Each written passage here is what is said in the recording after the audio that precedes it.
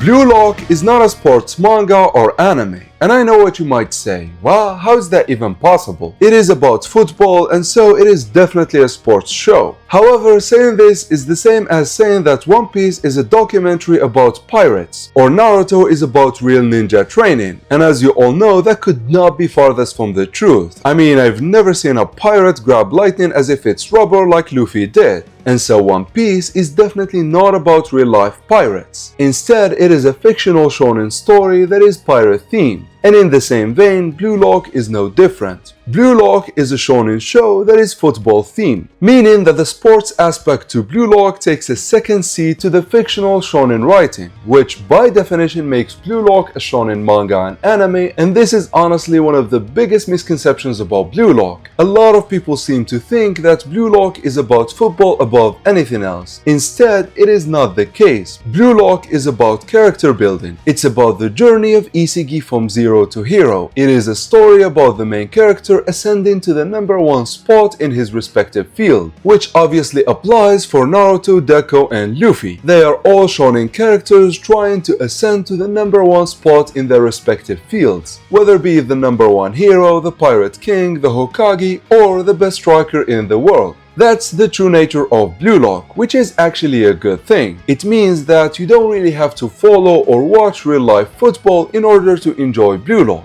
You can enjoy Blue Lock as a standalone show without necessarily knowing anything about real-life football. And that's the biggest point about this misconception. I've seen a lot of people comment on my videos telling me that the Blue Lock community doesn't seem to understand real-life football, and so we do not understand certain aspects of this show. However, that couldn't be farthest from the truth. You see, think about it. If Blue Lock was about real-life football, do you think someone like Kunigami would fail as a striker? Someone who is as dominant as him in the air and on the ground would decimate the competition, exactly like Haaland is doing. However, Kunigami simply is failing to a lesser playing style in real-life football. The writer took a certain playing style and he is proving in his own story that it is the best playing style. And that's definitely fine. It might not be the best playing style in real-life football, but Isagi is proving it to be the best playing style in Blue Lock. And that's totally fine because again, Blue Lock is a fictional shonen manga, meaning much like Stan Lee said, the winner gets typically decided by the writer and not necessarily by how close it is to real-life football. Now, I gotta give a little bit of a disclaimer here. The writer is actually doing his best to keep it as close as possible to real-life football. However, whenever things are inconvenient for him, he definitely drops that completely. And once more, that's totally fine. At the end of the day, this is his own story and we should enjoy it the way it actually is. And honestly, for anyone thinking that if you don't know real-life football then you shouldn't read Blue Lock, I gotta say that you really need to take it easy. Even though this is my job, I do not take Blue Lock seriously. Even if I sometimes don't agree with the writing, at the end of the day, no one knows this story better than Kanshiro. And no one knows what's the best route for Isagi to take as much as Kanshiro. And so once more, please take it easy. This is a shonen manga and it is meant to be enjoyed the way it is. However, and speaking of Isagi, it actually leads us straight into the second misconception, which honestly is actually much bigger of a misconception than the first one. I just started with this one because it is the perfect opening. However, the second misconception about Blue Lock is honestly the stupidest and the biggest of them all, which is actually thinking that Isagi is a midfielder, especially at this point of the story. Now, I kinda get it at the start of the NEL. All he did was give assists to the likes of Kunigami and Yuki. However, right now, there is no denying it. Isagi is one of the best strikers in the U20 category hands down. Even still, after him failing at the beginning of the NEL, Isagi has always done this. At the start of every major arc, and whenever there is a difficulty spike, Isagi tends to fall back and focus more on winning. Then once his adaptability kicks in and he becomes accustomed to the new level, Isagi actually turns into one of the best strikers in the show. We've seen him pull this in the first selection with Kunigami, the second selection with Nagi, the third selection with Rin, and then at the end of every arc he is a full-blooded striker. And in fact, I think his goal at the end of the U20 game is a testament to that. At the beginning, Isigi even played for the goals of other strikers like Yuki and Baro. However, at the end, Isigi became accustomed to Aiko and his playing style. It became easy for Isigi to escape him, and he even was able to match Sai and Berserker Rin and prove that he is one of the best strikers. In fact, think about it this way. Even with the Nigerian game, Sai seemed to be really annoyed with Japan's performance. However, he truly was impressed by Isigi and how he reacted to him and Rin being at their peak,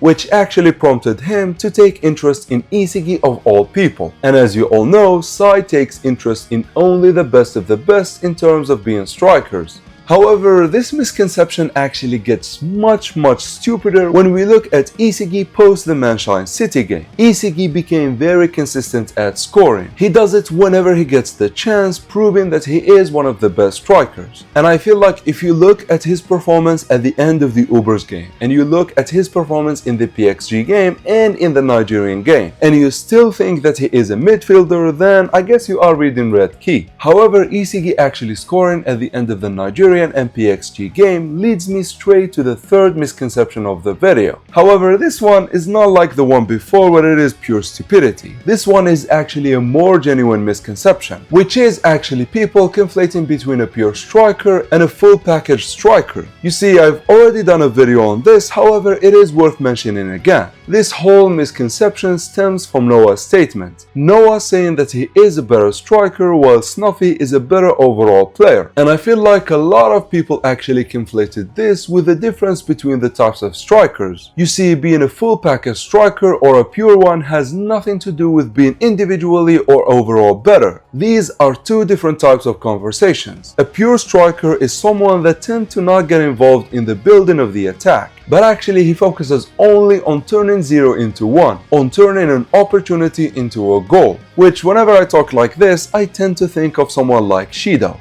However, the other category, the full package striker, someone like Noah or Ren. They can dribble, they can penetrate, they can duel, and they can take whole teams apart by themselves. And then, of course, they have an insane finishing ability. And the second part to this misconception is actually conflating between which is which. A lot of people tend to think of Isigi as a full package striker and Rin as actually being a pure striker, and that's definitely not the case. As I said, Rin could really do it all. He could dribble, he could duel, he could shoot, he could do it all, and so he is definitely a full package striker. While Isigi, on the other hand, who tends to focus on escaping the defenders and then finishing the job with his direct shot, is definitely a pure striker. In fact, I feel like him, Kaiser, Baro and Shido are the perfect examples of pure strikers. Then someone like Reo, Rin, Bachiro are definitely full package strikers. As I said, the main distinction is the involvement of the striker in the building of the attack. And I know what you might say, Isigi has always involved himself in the attack.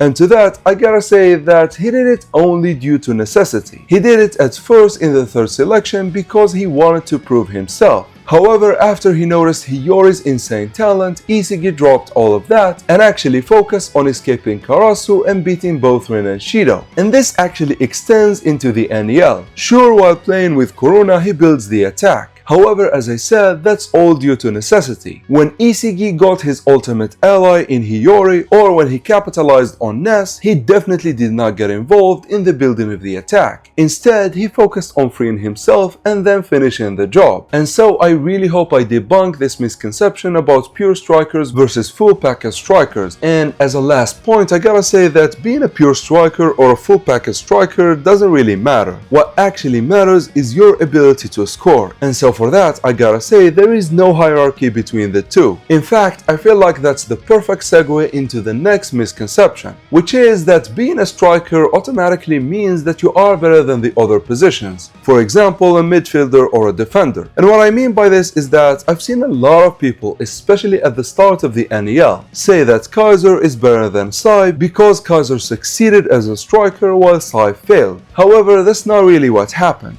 Kaiser is more suited to be a striker, while someone like Hiyori or Sai are more suited to be midfielders. And so, just because Kaiser is a striker and Lorenzo and Sai are not, it does not mean he is better than them. In terms of determining who is overall better, we need to actually look at their weapons and abilities, but more importantly, we need to look at their feats. And in fact, this leads us straight to the next misconception, which is actually judging a player by just one feat. Judging that Hiyori is better than Lorenzo because he tricked him one time, even though Lorenzo was on Kaiser and he tried to intervene at the last moment. Even though Hiyori completely destroyed Lorenzo, this one feat does not state that he is better than the latter. I feel like this is one of the dumbest misconceptions. Just having one feat better than the other player does not mean you necessarily are better. We actually need to look at the sum of feats of said player in order to rank him properly. And I feel like this line of thinking specifically is very reliant on recency bias. You see, the perfect example of this is actually Obo and Onazi in the Nigerian game. A lot of people tend to think that they are better than Shido, Lorenzo, Kaiser before his awakening and whatnot. And to me, that could not be furthest from the truth. Sure, Obo did great against Rin, but you have to understand, this is not the Rin that we had in the NEL. And so, even though Obo is impressive, and he is one of the best players we've seen, he is nowhere near the new Gen 11 level, which is actually the same for Onazi, even though Onazi completely destroyed Isigi in a lot of moments. That's all due to the matchup being very favorable for Onazi rather than him being better than Isigi. I mean, if we take only one feat to judge a player, then Onazi is definitely better than Isigi, right? He beat him 3 times while Isigi only beat him twice. However, we all know that's not the case. We need to look at the overall performance and how the player performed in different environments. And before we end this misconception, I gotta give one last example. Ness at the end of the PXG game, the shit he pulled was actually on Sai's level. He was so far ahead of the likes of Hiyori and other midfielders that it honestly looked scary. The guy was able to match Isigi and Kaiser at their top performance. However, this does not mean that Ness is better than Hiyori. Hiyori is still definitely better than Ness overall, because the sum of Hiyori's feat is far beyond what Ness could do. Now, if Ness adopts this new level as his current level, and we see him pull it off repeatedly, I would definitely place him above the likes of Ness and Charles, no problem. However, until we can see that, we can't really judge one feat. And in fact, I lied. I said I'm only going to give one example, but I am going to give a second because it will serve as the perfect segue into the next misconception.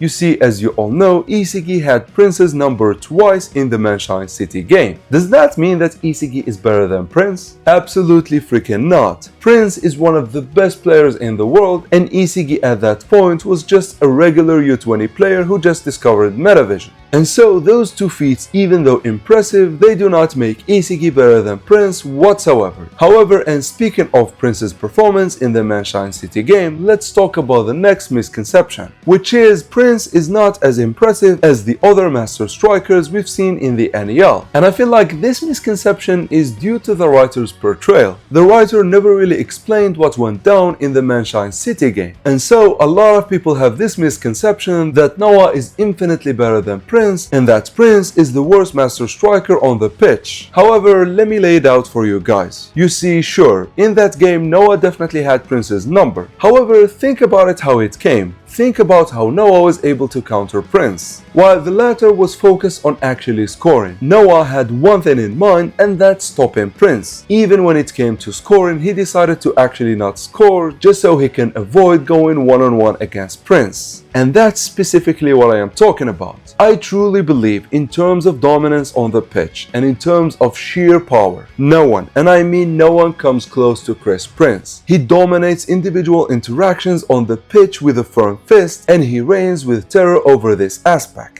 And the biggest testament to that is actually Noah respecting him. You see, against FC Barca, when Levy joined as a striker, Noah had no issue joining as a striker as well. Simply because even if Levy scores one goal, Noah is very confident that he would score no matter what Levy could do. However, this was not the case whatsoever against Snuffy and against Prince. Against Snuffy, it was a little bit obvious, but against Prince, think about it this way. Whenever Prince got the ball or was in a very critical spot, shot, Noah always tackled him from behind. Noah never really came face to face with Prince because he understands that if that's the case, he would literally destroy him. Sure, he did it one time by blocking his short course, but think about it this way: he did it when Prince was about to shoot. And secondly, even after he did it, Prince still shot and would have scored if it was not for Isigi. Meaning, in their interactions, Noah really respected Prince, and he always deliberately put himself in a position where he could counter him from behind. That's the only way to stop someone like Prince. And I feel like, by definition, this makes Prince one of the most threatening strikers in Blue Lock, and definitely very deserving of your respect, guys. Sure, he sucks in terms of perception, even Otoya was able to trick him. However, when it comes to sheer dominance on the pitch, I don't think anyone does it the same as Prince. I don't think anyone is as intimidating as Prince one-on-one. However, another misconception regarding the pros is actually thinking about the fact that Snuffy being better than Noah overall means that he can actually stop him, and that could not be furthest from the truth. I cannot stress this enough, guys. Snuffy on his own can never stop Noah. The only way Snuffy could compete with the likes of Noah or Prince is actually through controlling the team. However, when it comes to stopping them one-on-one, I doubt Snuffy could do anything against the duo. Sure, neither could stop him as well, but it was a misconception that Noah cannot do anything against Snuffy, and that could not be furthest from the truth. I truly believe most of the time Snuffy cannot stop Noah on his own, and he would need a good plan put in place in order for the whole team to stop Noah. And actually, him instructing Aiku to tackle him and foul him is a big testament to how much Snuffy actually respects Noah. But in keeping up with the theme of the pros, let's talk about another misconception, which is actually thinking that Loki is far ahead of Prince and Levi. And I feel like this is not a misconception, but rather just a fault in judging where each player stands. I feel like, sure, Loki is definitely better than Levi or Prince. I mean, Noah saying that he is the biggest threat to him, meaning that he is the player that is giving Noah his biggest challenge, of course after Snuffy. However, even with Noah saying this, one cannot deny that Levi and Prince are definitely very close still to the likes of Loki, Noah and Snuffy. Sure, as I said, Loki might be better, and I've already made a matchup on that, but he is not better by a huge margin, especially between him and Prince. Maybe Levi is lacking a little bit behind, but overall I feel like they are very close to each other.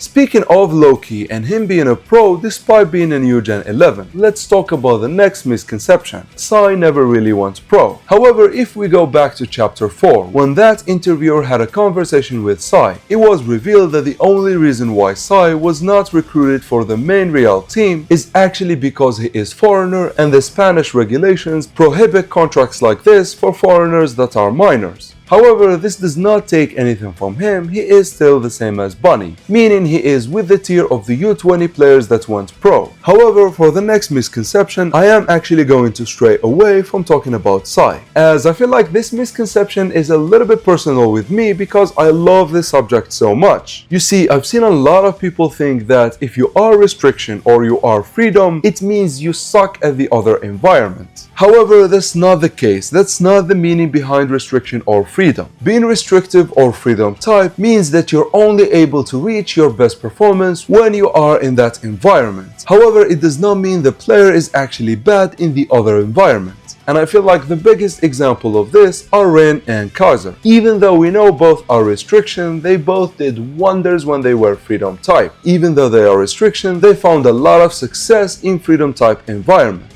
However, they both could not reach their ideal playing style, and they could not reach their peak performance without actually being in the harshest of restriction. However, with the last misconception being debunked, that's all I've got for you today, guys. I really hope you enjoyed the video, and until next time, thank you for watching.